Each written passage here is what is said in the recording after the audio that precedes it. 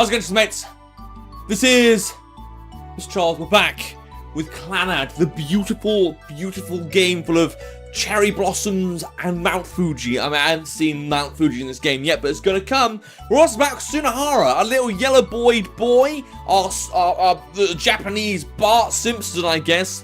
Bit of a weird analogy for him, but I'm gonna stick with that. Anyway, I think he just missed Yukine, Kiwa's, whatever her fucking name is, Miyazawa. And, well, that's kind of disappointing for him, because I know he wants some of that. And for some reason, Tomoya seems to be getting closer and closer to that, even though really they don't suit each other at all. But let's just see where this goes. Sunahara? Yo! What are you doing here? Lunch break is already over. I came here during lunch. Huh? You expect me to just knock and enter during that scene between you and her? Oh, he was spying on us. Well, fair enough. Sunahara says, as if sulking. When did you start watching? Right before Yukine-chan laid it down and put her head on your lap, probably getting a bit of head. So he's seen more than enough. Damn it, I know she only did that because you like her brother, or you're like her brother, but that still wasn't enough to stop my jealousy from flowing out. But seriously, I'm getting all worried now having seen it with my own eyes. What are you talking about?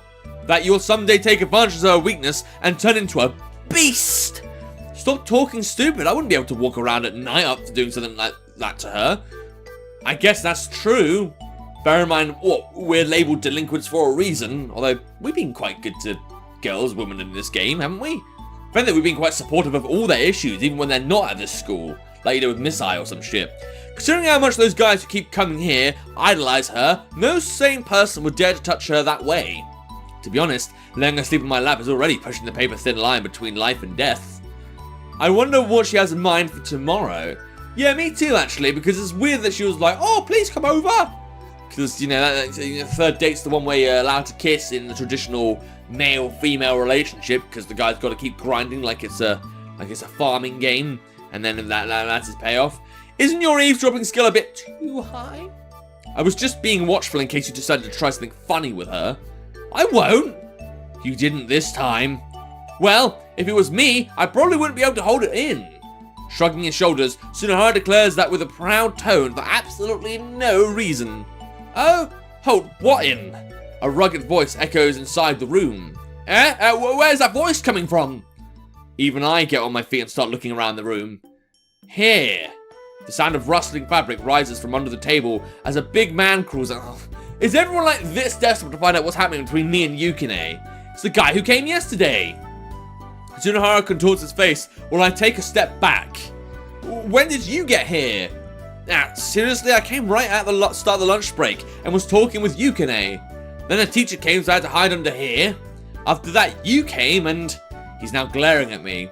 Even worse, you and her started making that mood like yesterday. I couldn't come out like that, could I? Jeez. I didn't notice him at all. Probably because he's a ninja or something.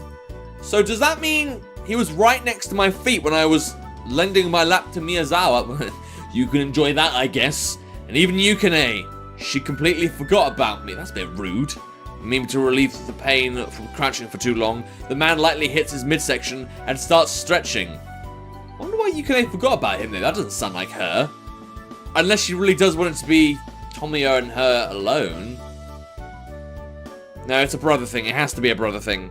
So, he relaxes his shoulders, takes a breath, and starts looking at Sunahara. No, glaring at Sunahara to be exact.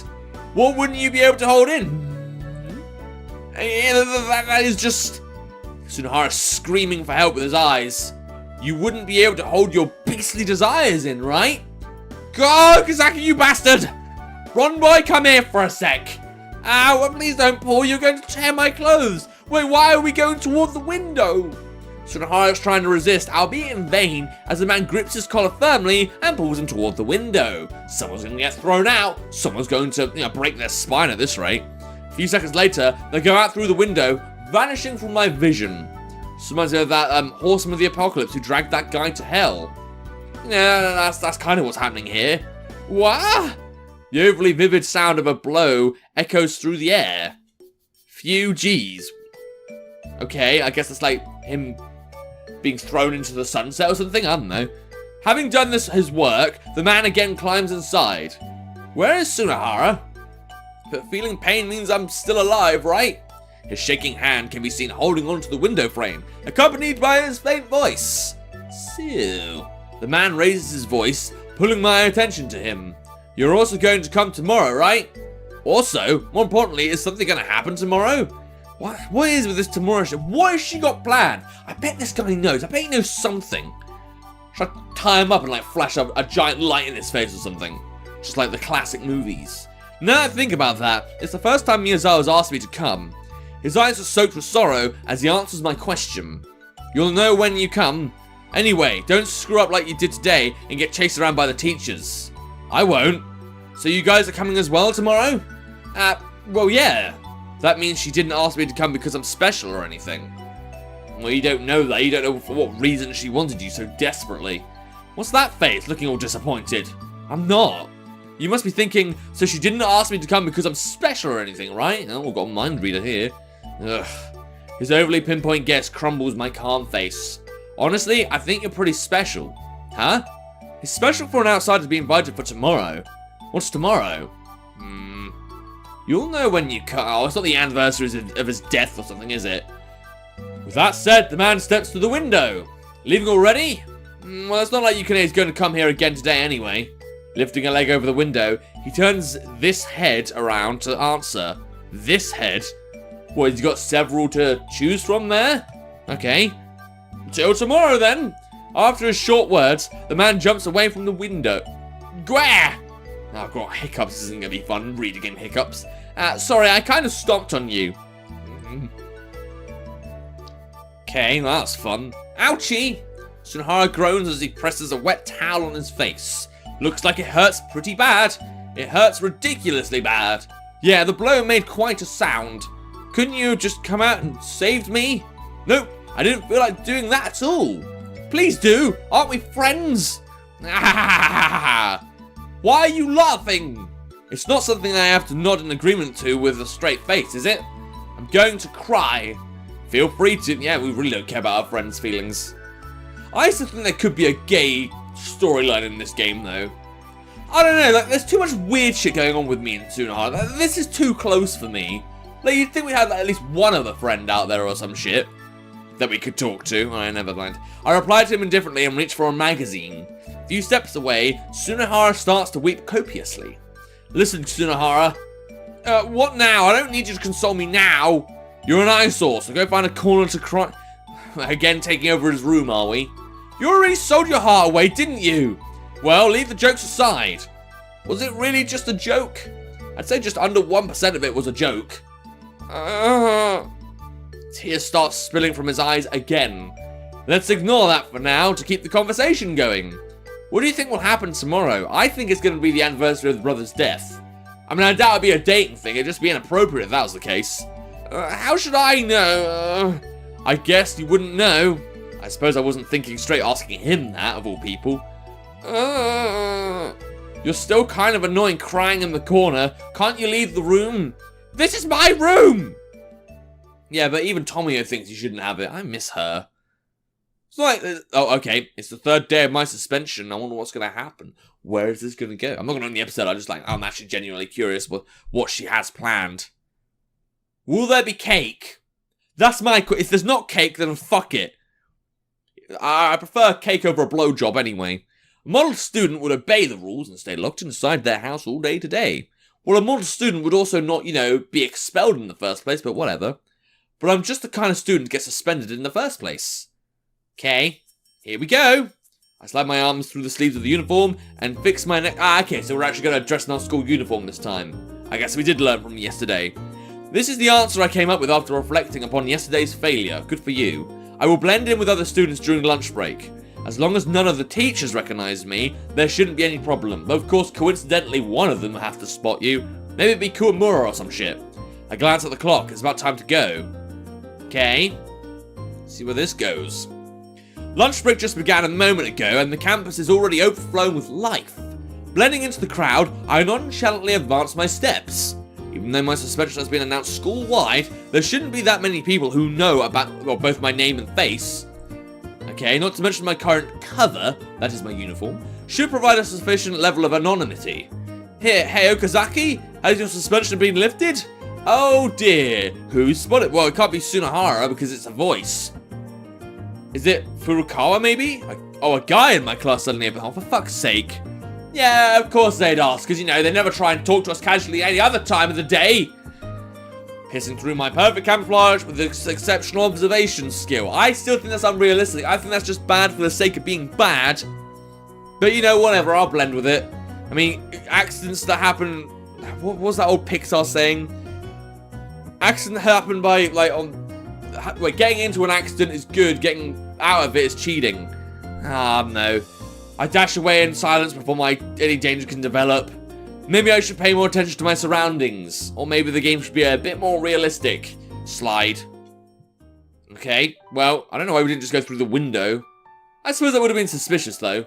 I opened the door to discover Miyazawa sitting in her seat looking down. It doesn't take her long to notice my presence. She raises her head to look at me. Now, was she looking down because someone's under the table? Because if that actually happens again, I think I'll be a bit uncomfortable. Ah! Yo, here I am. Thank you very much for coming. She smiles happily as she bows to me. Do you want something for lunch? Is it going to be more pilaf curry rice? I want to become a pilaf curry rice thing. Because I want to keep eating it until I eat nothing else. I want to drink pilaf curry rice. Can I have some of that, please? Yeah, sure. Any special requests? Pilaf curry rice. Omelette rice. Okay, well, at least that's slightly different. It's still rice, though. Got it. Please wait a moment. She nods, beaming, and then heads towards the portable stove with a frying pan in hand. Wait, it's on the menu now? Yeah, although the chicken rice inside is just the usual frozen stuff. She takes out a bag similar to the usual pilaf. Oh, good, from the cooler box. That must be from the same line of products. Well, good. I guess we'll have the same rice anyway, but let's see how this goes. After that, she takes out 2 eggs. Wait, she just had 2 eggs with her? What the fuck? First time you came here, you said you wanted omelette rice. So I've been... Oh, wow, that's some attention to detail. I've been keeping the ingredients in stock in case you requested it again. You'd have told me then. It always tastes best when you can eat something you have the urge for, right? I can make it for you whenever you like. But eggs expire quickly. Wouldn't it be a waste if I didn't request in time? Maybe she eats them when she gets home or some shit. In which case you have destroyed this girl's egg afternoon when she just has eggs to herself. Just has them raw and pours them in her mouth. That's disgusting. I know Rocky did it, but still. Don't worry. I always bring them home for dinner right before they expire. Yeah, so she's not going to have dinner now, is she? She's going to starve. Watch out for your cholesterol level. They're fucking eggs, not fucking chocolate. Or red meat. I'm still young, so it's no problem. She grins at me. Okay. She's skillfully handling the frying pan and the spatula to make my lunch. Even though the stuffing is just frozen food, the outside is without a doubt her home cooking. It's on a whole different level compared to what I've had the fortune to eat here. A top-class meal it is. It's still frozen though. Okay, it's done. The omelette rice is neatly transferred onto a plate and put in front of me. I mean, I've never tried omelette rice. It might be really, really, really nice. Yep, it's marvelous. You haven't even tried it. I don't have to try it to know that it tastes wonderful, because it's made by you, and I fancy you, I guess. Giggle, please enjoy your meal. You know I will. I scoop up a spoonful of the freshly cooked omelette rice and put it into my mouth. Tomoya-san? I have a request to make after you're done eating. Munch, munch, swallow. What kind of request?